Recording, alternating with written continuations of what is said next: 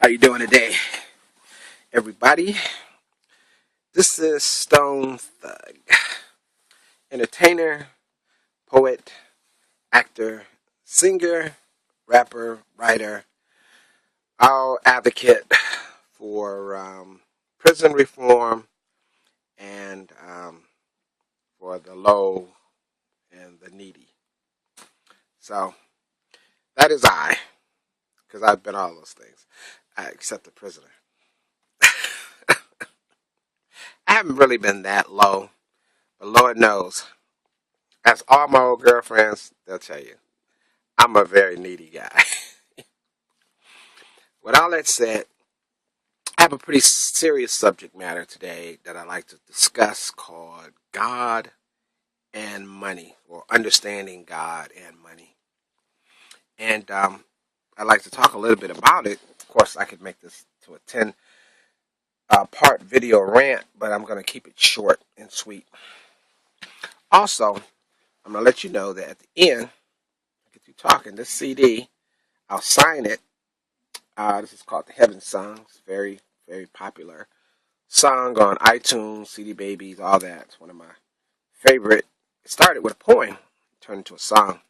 Anyway, I'm going to sign that and give it to you. You have an opportunity to learn more about that after the rant. So keep that in mind, please. And if you have a PayPal account, you can make a donation. And if you make a donation, then we can get that to you. But I also have another uh, packet, DVD, or should I say, CD to give you, which discusses more in detail what I'm about to talk about now. Okay? So, on with the program. Understanding God and money. Well, first of all, I want to say that God totally gets the idea, the concept of money. Except our interpretation of money is not God's interpretation of money. Now you say, Stone Thug, I was listening to you up to that point. Well, basically, it's like this. God understands that there's a system of getting things in this world, purchasing items in this world. And basically, the way that the world has always, generally, overall, has gotten things was they have done a thing called bartering, or we term bartering. In other words, I have a cow, you have a sheep, you have a daughter, I have some land. We make an old switcheroo. And that's the way things were done for thousands and thousands of years. So some really smart guys, too smart for their own good, I might add, came up with the idea of exchanging uh, small items, money, gold, silver, for larger purchases. It made it easy to carry. You didn't have to carry 20 camels with you. You could just have, a chunk of gold. And people basically bought and sold and traded that way.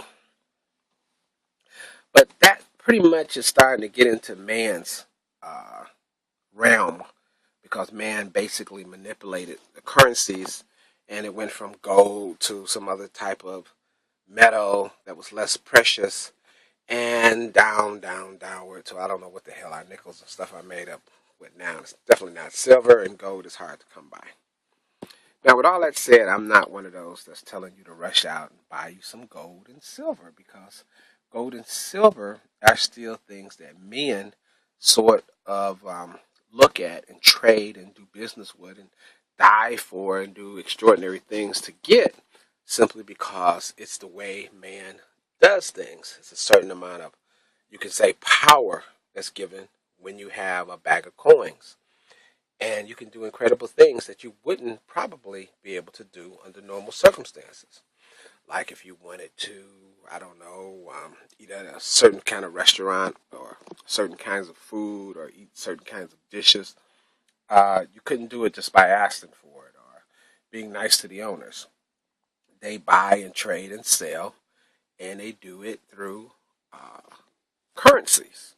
Currencies being a certain type of money. So man has worked with this money for years and years and years. and they continue to do so. Bad guys work with this. Good guys work with it. We all work with it. We all understand money. We all understand that we want more of it. We all understand that you need it to live in this world that we live in. And yet, and still, the old form of currency, God's original form of currency with man, is still out and about and still exists. I mean, people still trade and sell and do favors with one another. Of course, I don't know if the government is so crazy about that because they like to get a little thing called taxes. And you can get taxes from currency when you trade the old fashioned, or should I say the modern way of exchanging items through regular sales. Now, in regards to the CD, in regards to God's money, that's what I want to focus on. And in regards to God's money, or let's say God's currency, I want to do a little brief explanation of what that's all about, reminding you that I do have a CD that goes into much more detail about it. Itty bitty, minute uh, detail, which will make it a lot easier for you to understand. So remember, I'm a philosopher, so I have that philosopher point of view. Now, God's money is not called money. It's not called currency, but it is a form of currency. And I entitled this type of money called favor dollars. That's right, favor dollars. So it's not a physical currency that you can hold like a dollar bill or a gold coin, but it's worth far more value than either of those items. And with this favor dollar, it is basically now. I must preface this. I am speaking to people who do believe in God because it's a little tricky to get some, money from the bank if you don't believe in bankers and you don't believe in banks. So if you don't believe in God, this might be a little challenging for you. But bear with me, endure the video. Maybe you'll get something else out of it. Who knows? By the end of the video, maybe you might start believing a little bit. You know what I'm saying? I don't know. I'm just saying. Anyway, with these favor dollars, this is just like having a favor of a great person. Let's say I right now do some stuff on Facebook with Brianna. Everyone's trying to get Brianna her attention. We all want to say something she likes, or Eminem with him too. We want to say something that he likes, or we want to talk to famous people. Let's say if Michael Jackson, which I happened to see him before he passed away. Um, I wanted to make an impression on Michael. I wanted to talk to Michael. I wanted to communicate with Michael because these people were powerful. They were connected. One time when I worked on the studio a lot, I met the president of Sony Pictures, and he was impressed with me, and I was definitely impressed with him because something I said he liked. I saw him in something, and we talked a little bit. So he wanted to do something for me. That's called favor.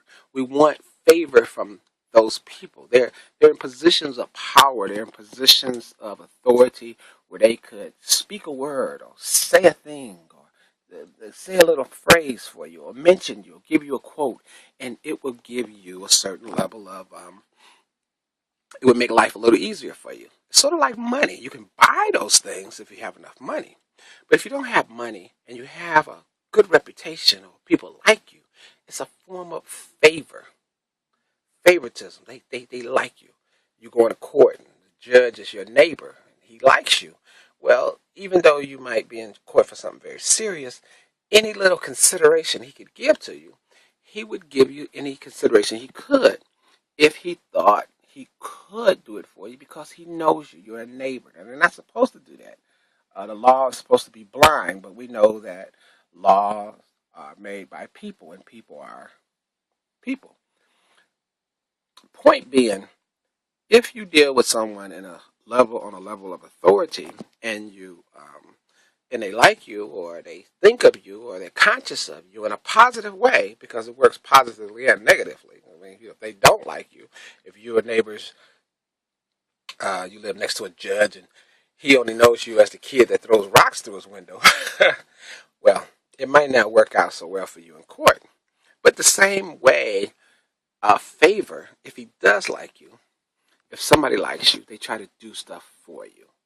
So when I say favor dollars, it's a currency that God gives to people um, who He smiles upon. Well, sort of like the Queen of England, if she was mindful of you, if she thought of you, and she wanted to do something special for you. Well, let's say Oprah Winfrey here. Many people go to Oprah Winfrey when they have books and new ideas because if she introduces it on her show, you instantly become a millionaire because millions of people listen to Oprah. They like Oprah. So if Oprah says this guy is okay or this book is pretty good, but then people have the favor of Oprah. Okay? That's favor. Those are favor dollars. And those are the things that God has unlimited amount of. I'm going to say this one more point and then I'm going to end this video. I'm going to ask you to remember that if you give a small donation at the email below through PayPal, I'll send you the complete DVD set that goes into great detail about, did I say DVD? I mean CD set that goes into greater detail about these matters. But favor dollars are not like or equal to man's dollar, like a dollar for a dollar. In other words, a dollar of God is equal to a dollar of American money. That's not true. Everyone complains constantly about the American dollar because it used to be worth a solid dollar. Now some people say, well, it's worth 20 cents. Then some people say it's worth 15 cents. But yet it's still a physical dollar. You can't see the diminishing uh, value, but yet it is diminishing. And sometimes when things are really good, it goes back up. But it's an American dollar. Some other countries, they call it the pound, the franc, the ruble, different names, different places in the world, the peso. But what happens is God's dollar is not like none of those other forms of currency. In value, God's dollar might be for one American dollar. In value, God's currency or God's favor might be $1 million in comparison to a regular American dollar. That's right, $1 of God's is so valuable that it can be looked down as $1 million. So if God wanted to give you some favor, if He wanted to bless you, if He wanted to give you, let people take to you, people like you, people to remember you or give you consideration, it would be like giving those people $1 million and say, "Do what you can for my boy," because I gave you $1 million. So it's not physically a million, but he releases something in the atmosphere, something in the atoms that point towards you and say, hey, that guy, that person, they're special. And that's how favor dollars work. So I hope that that's a minute, brief description, which I say we go into greater detail about this favor dollars in the DVD, CD set that you can get. But that's favor dollars, and that's what God has, opposed to what man has. So understand that man's money is a way for man to manipulate this world, operate in this world, do what he do in this world. God's money is something that we can operate and use in this world right now, and it has more value than what man considers valuable. So this is the question to you. If you had a choice between $1 million American and $1 million of God's favor dollars, I shouldn't say a million, just one favor dollar, there you would consider that equal. One favor dollar to $1 million American. If they had a choice between them, I know most of you would say, well, I'll take the $1 million and say thank you to God, but I'll take that million American dollars. But you would be wrong, my friend, because that favorite dollar, that one favorite dollar of God, that one consideration that God could give you, that God would give you, that God can give you, will be far more valuable than anything that this world or that you can receive down here regarding American currency. Because American currency can be stolen, American currency can be destroyed, American currency can be taken. American currency, after a while, it actually deteriorates. But God's favorite dollar follows you, never loses its value, always hits its mark, always yours. Anyway, hope you like that. It's your boy Stone Thug. Stone Thug moment. God, understanding God and money. All right, peace.